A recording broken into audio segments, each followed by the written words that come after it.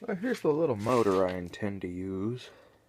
It's got little Gitz cups on it. It's a GE. And if you want to read any of that, go ahead and just pause your video. But it's a nice older motor.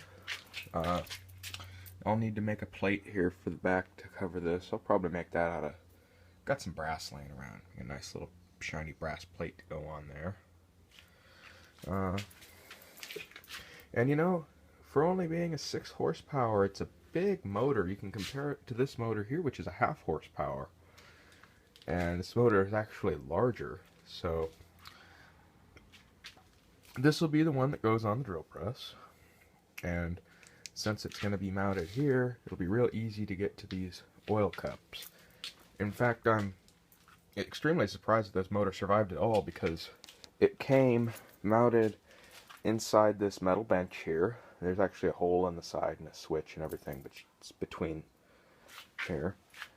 And this was mounted on it, my little 12-inch Perkins Power hacksaw. So I took that off. And like I said, the way this was mounted was upside down, so there was no way to access these oil cups at all. And remarkably, once I got some new oil in there and cleaned it out a little bit, the motor runs fine and the bearings are still good. So go figure. They built them right back then. That will go there. And also I did some more work on the press off camera. As you can see, my spindle and the quill and everything is all shined up and purdied up, you know, and I was very careful not to really change any of the dimensions. You know, you got to be wary when you're cleaning and polishing that you're not taking too much, if anything at all, off of bearing surfaces. So like down here, that's never going to touch anything. That's just an outside surface. You can sand that as much as you want to. But start doing that in an area like the quill, or on the spindle here, which goes all the way down here through the quill, then you're going to run into some issues. But yeah, here's how she looks right now, and I'm going to, you know, continue the work on it. Probably later today. This is I just came out here before work just to kind of look at the thing, because gosh, she looks so pretty. You know, I just want to stand back and kind of stare at it. And you know, these old drills, they really are a work of art. I mean, you don't get these beautiful lines, you know, in any modern machines these days. They're square and boxy and just unpleasant looking, really. But this is something beautiful. It really is. It's these antique machines, you know, guys took pride in their work, and they wanted to make not just a functional, well-built machine, but something that was also a beautiful object and very appealing to the eye, just as a, you know, a classic car is, or, you know, many other, you know, wonderful things. Anyhow, I'll see you in the next clip. Hey, that's a neat drill. What does that say?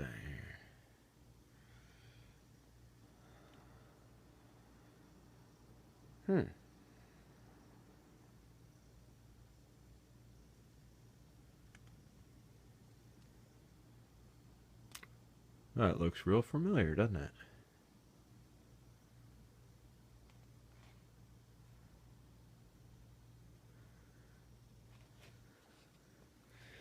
Thought that this was interesting, so I went ahead and printed this out.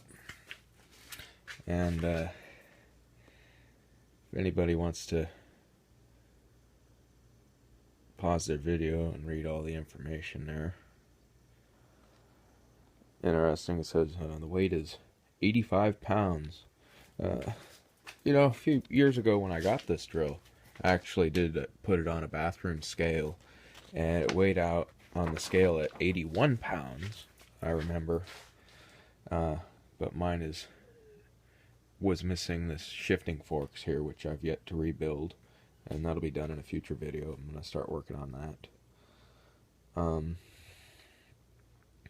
And so that probably accounts for that extra 3 pounds difference there. So fairly accurate figure. When I printed it, this got cut off, but the original price on this was only $25. Not too bad. Well, actually, I put that into an inflation calculator from... Sorry, the video cut out there for a moment. But as I was saying, I put that $25 into an inflation calculator from about 1910, and came out to $560 something, and that was a few years ago when I did that. So this wasn't a cheap drill by any means. Back then you could buy a nice gold watch for $25. Now here's something else that's interesting. They had the electric motor driven version, and the price on that, hell of a price difference. Now this picture is actually more accurate of the casting. If you look at the other photograph, the lettering on it is actually moved to the other side.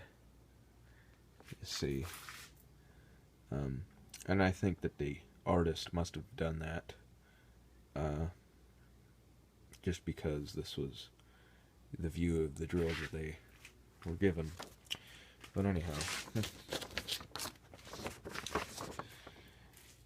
this is accurate. You see they use the same casting, and there's the little finger protrusion from the casting that would be for the shifting forks. But then they've added this shell casting to the back here, and this little spur gear drive. Unfortunately, this does not give any information with regards to what type of motor that they had used originally. But this black motor that I've got over here, this old GE motor, looks pretty good. It looks right with the machine, I think. Right for the time period. So there's that. Just wanted to show that. And while we're at it, I printed a couple more pages. Here's one on my wish list. The number 27 floor drill.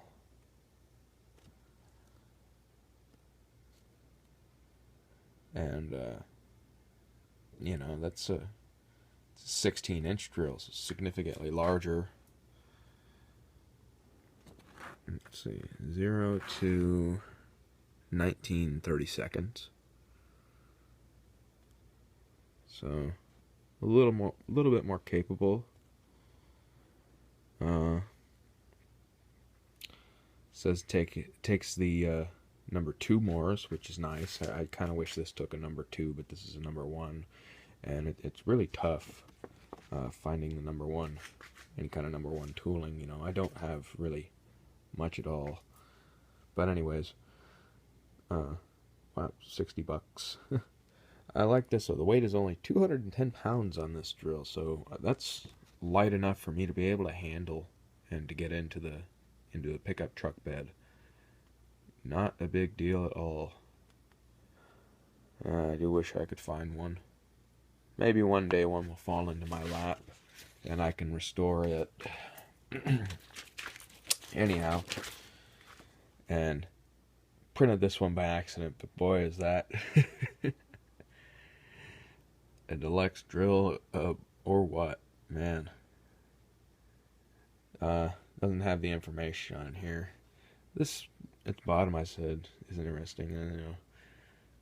All the gearing has the proper shield guards to prevent injury to the operator, though not shown in the illustrations. You know,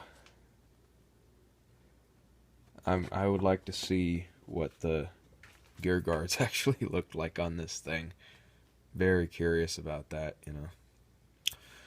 But yeah, it looks like you got the back gears on there and automatic feeds and everything. Yeah.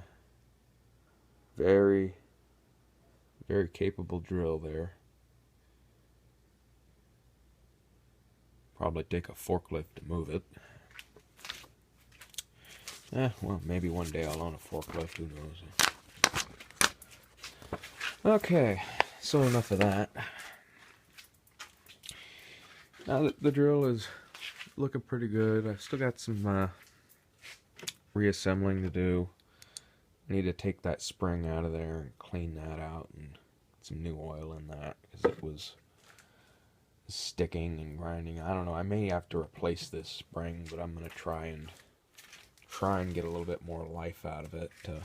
If I do have to replace this spring, I'm going to go to a clock shop, and I'm going to see if I can get perhaps a broken clock spring, you know, and I'll use that, because I don't, you know, a clock spring is, if you've ever taken one apart, and I've worked on clocks before, it's a very, very long spring, and, you know, depending on the clock, you know, you could have an 8-day clock, you have a very long, very strong spring, and I believe that I would only need a small section of that, you know, because you have to remember, you've only got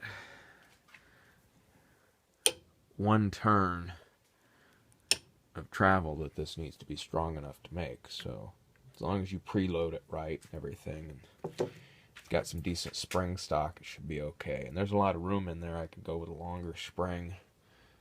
And that's what I may do if I have to replace this, because I wasn't really happy too much with the tension on this before. It was too hard. So I think we would do better with a longer spring, just to gently bring this back up, because before, if you were to just let this go, and which is not good practice on a drill press, by the way, you shouldn't do that, but occasionally it happens. You don't pay attention, and you know, grab your work and you walk out, and you let the handle go, and bam, and it smacks up against there, and it's not good when things bang, you know. So, you know, I want it to just nicely come up and prop on there. Anyway, so that's an issue that I'm going to deal with soon. Cleaning that up, put that back together, and I'll probably do most of that off camera. But the next thing I'm going to turn my attention to is this table here. Now, the table's relatively clean. You know, I've taken a blade to it in the past, and I've scraped almost all that paint off. But, you know, now that the rest of the drill is getting prettied up, I'm not liking the looks of this table so much. And, you know, 100-year-old drill, we're going to do a little something about that. So I saw Keith Fenner in one of his videos, and he was working on a lathe cross slide, and he had brazed it back together and everything, and then he proceeded to put the cross slide on a surface plate with emery over it, and he went ahead and lapped that in and made it nice and flat. And I kind of like that method, and it's actually something I've done before, with some small parts to lap them in. So I said, why not the drill press table? Because it's already probably pretty flat. Not sure. I'm not trying to take everything out. You know, we're gonna leave these drill divots alone. But I do want it. I do want it shined up a little bit. I do want it nice and clean. Because it's just not that nice right now. I'm not happy with it. So that's what we're going to do. I don't have a surface plate, so I'm going to actually use a piece of glass. And, you know, in the next video, or maybe on the end of this video, I don't know, I'm going to add in, you know, some video of me doing that. And we'll see how that turns out. And as far as the lower table goes, it is really roughly machined. I'm not sure. You know, I think because the lines are all going this way, and if somebody with a little bit more knowledge on this maybe could weigh in, I'm thinking that they machined that on a shaper, but they took a really heavy cut, and they just didn't get a very smooth finish on there. So I'm not very happy about that. But it'd be nice if somebody could get that in a mill, or maybe has a shaper and can come by and skim that off and clean it up and accurize it a little bit. But, oh well. The lower table I think I'm going to leave pretty much alone. It too was originally painted by the guy who yeah, I say stop saying quote unquote restored, you know. The guy that frickin' painted everything that he shouldn't have painted. But I scraped the paint off of this lower table here. You know, a small drill like this, you need that sometimes. If you need to get in the top of something and drill a hole, you know, you don't get a lot of swing. You know, this table here right now is bottomed out, and what is that? It's like a 3/8 drill, I think, in there. You know, but that drill is not very long. You know, if you have something that's just a little bit higher than that, you know, you're gonna have a hard time. So you might have to put things on the lower table here, or for odd-shaped objects. A little interesting thing, and I just recently figured this out, and yeah, I haven't confirmed this. Nobody told me this, but I saw somebody in a video doing it, and I thought, well, that must be what that's for. But I wonder, why is this whole board down here? You know, I didn't see a real purpose for it. And then what I believe that is I saw somebody taking a drill press and actually in an old, you know, black and white film, put a piece of bar stock in the drill press and use that to center drill it. And so I believe that's why that hole was bored. And I'd be willing to bet that wherever this thing spent a good part of its life, wherever it was mounted up, there's probably a hole in the bench, or even a notch, or maybe even that overhang the bench a little bit. But that hole went all the way through, most likely, and you could come in and put in a piece of bar stock there and center drill it. I think that's kind of neat. So, just as a little aside, yeah, you can see the pour finish more clearly. You know, that's original. That's the way they made it. Well, we're not going to obsess over it too much. All right. Well, I'll keep you all updated.